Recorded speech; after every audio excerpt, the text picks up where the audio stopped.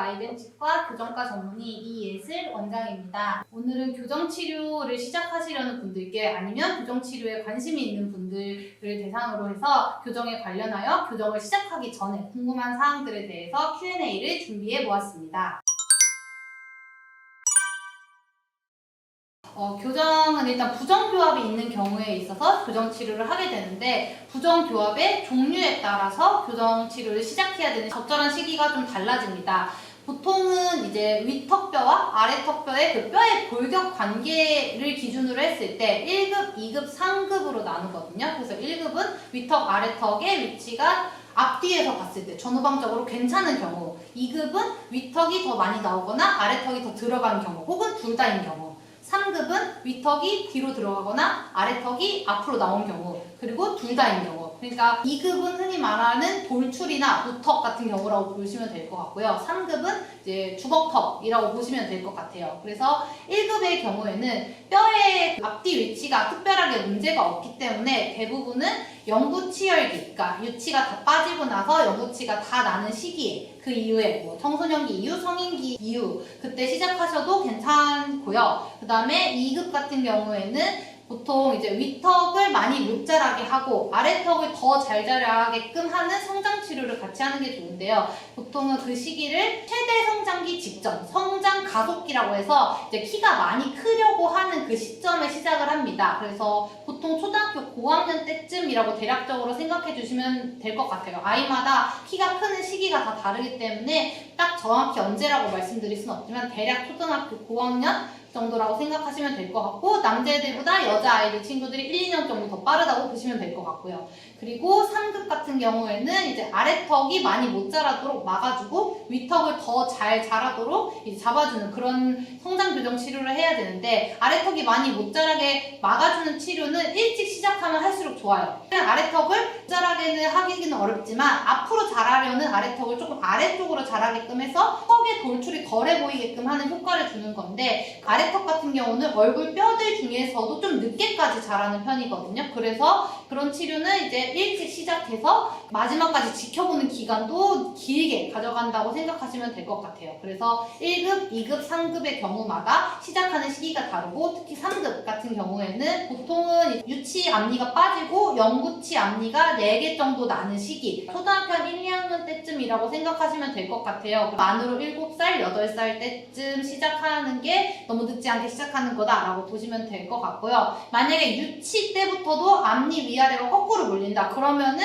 영구치가 나기 전이라도 먼저 시작하시는 게 좋을 것 같습니다. 혹시나 이제 윗턱이 엄청나게 좁거나 아니면 위아래가 너무 깊게 몰리거나 이런 식의 문제가 있을 때에도 조금 더 빨리 시작하는 경우가 있습니다. 그 개개인마다 입안의 상태가 너무 다르기 때문에 무조건 분류해서 이 사람은 언제, 이 사람은 언제라고 딱 말씀드리긴 어렵고요. 치과에 내원해서 입안 상태를 살펴보고 필요한 경우에는 방사선 사진도 찍고 그렇게 해서 분석을 해야만, 그리고 아이마다 성장하는 시기도 다르기 때문에 성장판 사진도 찍어보고 그래야만 언제가 제일 적절하게 치료를 시작할 수 있는 시기인지를 판별하기에 좋다고 생각합니다. 아까 말씀드렸던 성장치료 같은 경우에는 윗턱과 아래턱의 그 성장하는 속도를 다르게 해서 뼈의 골격 자체를 바꿔주는 거기 때문에 이제 얼굴이 바뀐다고 볼 수가 있습니다. 예를 들면 주걱턱이 심했던 친구가 옆에서 봤을 때 주걱턱이 덜해지게 하고, 무턱이었던 친구를 아래턱을 더 잘 자라게끔 해서 무턱이 덜 하도록 보일 수가 있고요. 이런 성장기 치료는 얼굴 골격 자체가 변하기 때문에 실질적으로 얼굴형이 바뀐다고 느낄 수 있을 것 같고요. 성인의 경우에는 이제 성장을 더 이상 하지가 않기 때문에 골격의 변화는 아주 미미하다고 보시면 될 것 같고, 다만 이제 잇몸뼈 레벨 정도에서의 변화는 일어날 수 있습니다. 대표적으로 이제 입이 나와서 돌출이 심해서 발치 교정을 하는 경우에 있어서 입술이 들어가면서 얼굴형이 달라지고 얼굴이 달라졌다고 느껴질 수가 있을 것 같고요. 그리고 발치를 하지 않고 치료를 하는 경우에 있어서도 삐뚤빼뚤한 이를 가지런하게 배열하면서 이게 가지런하게 피면 조금 앞으로 뻗어지게 나올 수가 있거든요.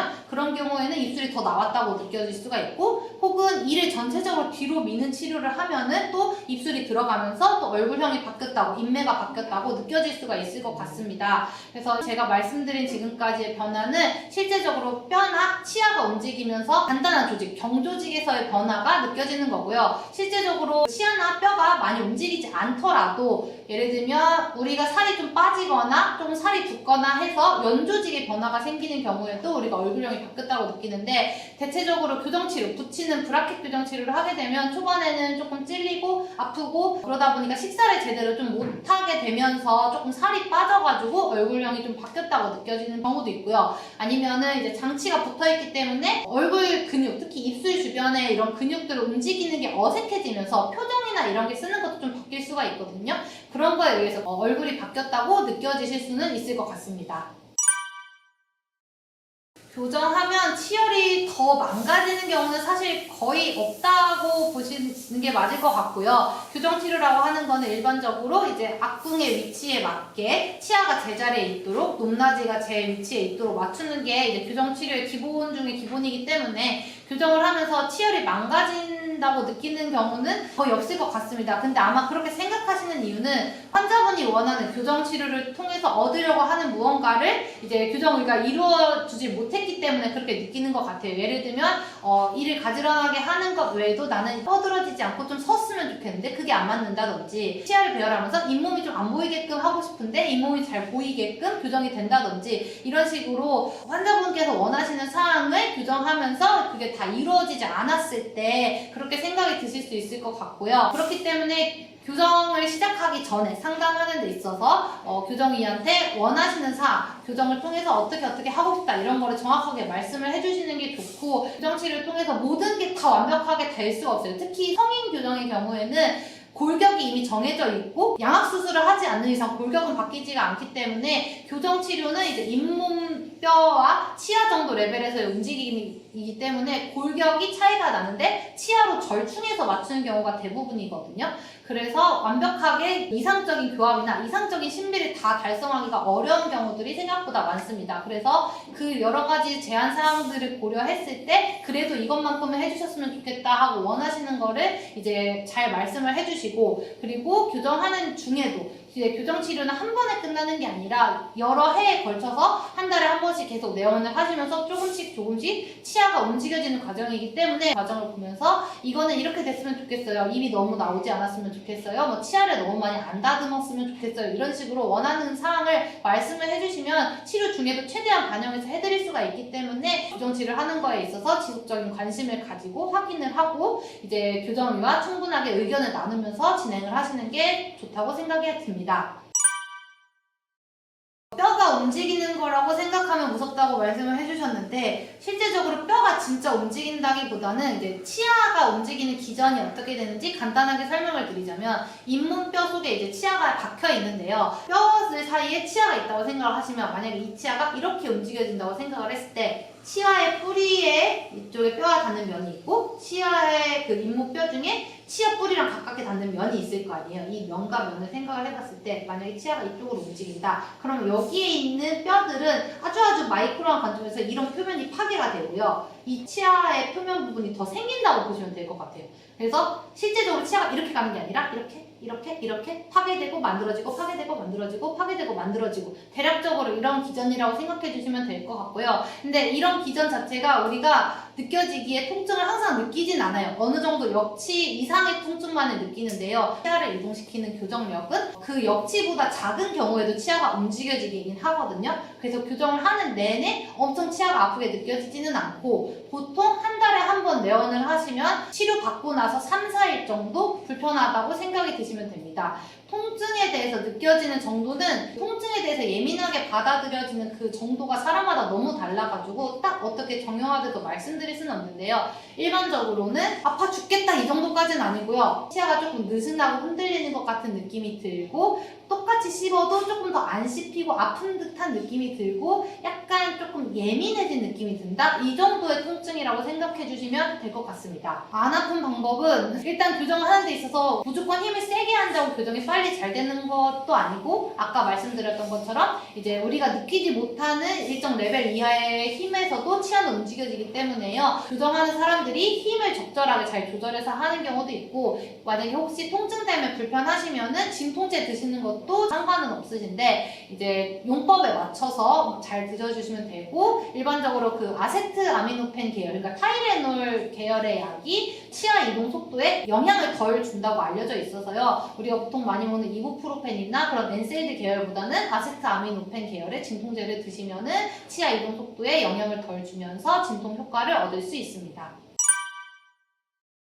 교정 치료를 했을 때 일반적으로 나타날 수 있는 부작용은 우선은 이제 충치, 치아 오식이 생길 수가 있고, 잇몸이 약해진다고 보통 느끼는 게 아마 치조골 흡수 때문이라고 느낄 수 있을 거예요. 그리고 치근 흡수라고 해서 치아 뿌리가 조금 끝에가 짧아지면서 뭉툭해지는 그런 현상들이 나타날 수 있습니다. 근데 이런 부작용들은 교정을 한다고 해서 무조건적으로 다 생기는 건 아니고요. 우선적으로 이제 치아 오식, 충치가 조금 더 많이 발생하게 되는 것은 사실은 교정 치료 자체 때문이라기보다는 이제 교정 장치가 입안에 항상 붙어 있거나 아니면 끼워야 되는 상황이기 때문에 양치를 예전처럼 똑같이 제대로 잘 하기가 어려워져서 칫솔이 구석구석 다 잘 닦여야 되고, 장치 주변으로도 음식물이 잘 끼기 때문에 그 부분을 더 신경 써서 닦아야 하거든요. 근데 그런 게 잘 안 되기 때문에 충치가 생길 수 있는 확률이 조금 더 높아질 수 있고요. 치조골 흡수라고 해서 잇몸뼈가 조금씩 흡수될 수가 있는데, 이것도 사실은 교정 치료 자체 때문에 잇몸뼈가 흡수가 된다라기보다는 잇몸에 양치가 잘 되지 않으면서 이제 잇몸에 염증, 치은염이나 아니면 치주염까지 이제 발생을 할 수가 있기 때문에 잇몸이 좀 약해진다고 느낄 수가 있을 것 같습니다.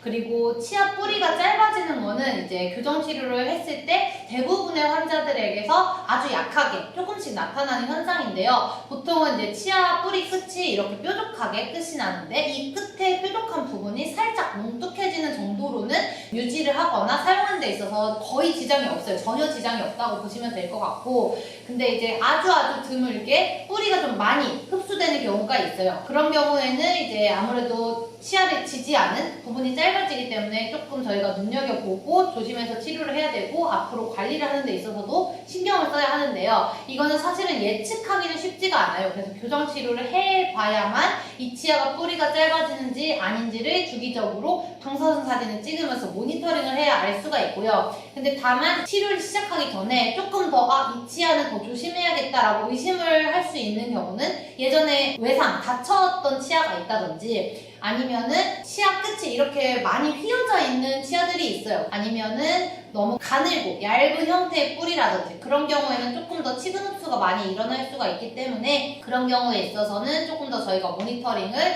신경 써서 하면서 힘을 너무 세게 주지 않으면서 주의 깊게 교정을 진행하는 편입니다. 그리고 교정을 진행하는 중간에는 이제 좀 치아의 움직임이 더 많이 나타날 수 있어요. 그것 때문에 이제 치아나 잇몸이 약해진다고 느낄 수가 있는데, 치아랑 뼈는 직접적으로 붙어 있는 게 아니라 아주 가느다란 치주인대라고 해서 그런 얇은 인대들로 연결이 되어 있습니다. 근데 이제 교정을 하는 동안에는 그런 인대가 늘어나면서 치주인대 공간이 조금 더 넓어지게 되고 치아의 움직임이 더 많아진다고 느껴질 수가 있고요. 교정이 끝나고 나서 이제 그 위치에서 안정화가 되면 치주인대 공간은 다시 정상 넓이로 돌아오기 때문에 너무 걱정을 안 하셔도 될 것 같습니다. 그리고 이제 또 잇몸이 나빠진다고 느껴지는 이유 중에 하나가 이제 블랙 트라이앵글이라고 해가지고 잇몸 살이 좀 내려가면서 치아랑 치아 사이에 잇몸 부분에 까맣게 세모 모양으로 이렇게 구멍이 나 있는 것처럼 보이는 거를 이 블랙 트라이앵글이라고 하는데요. 이런 게 발생하는 이유는 우선적으로는 교정하는 대부분에 있어서는 치아가 이렇게 삐뚤빼뚤해서 겹쳐있는 경우가 많습니다. 근데 이렇게 치아가 겹쳐있는 경우에는 치아랑 치아 사이에 있는 잇몸이 처음부터 이제 끝까지 다 차오르지 못한 경우가 많아요. 그래서 삐뚤거렸던 치아들을 가지런하게 펴게 되면 여기 밑에 빈 공간이 드러나게 되면서 이것이 블랙 트라이앵글로 보이는 경우가 있고요.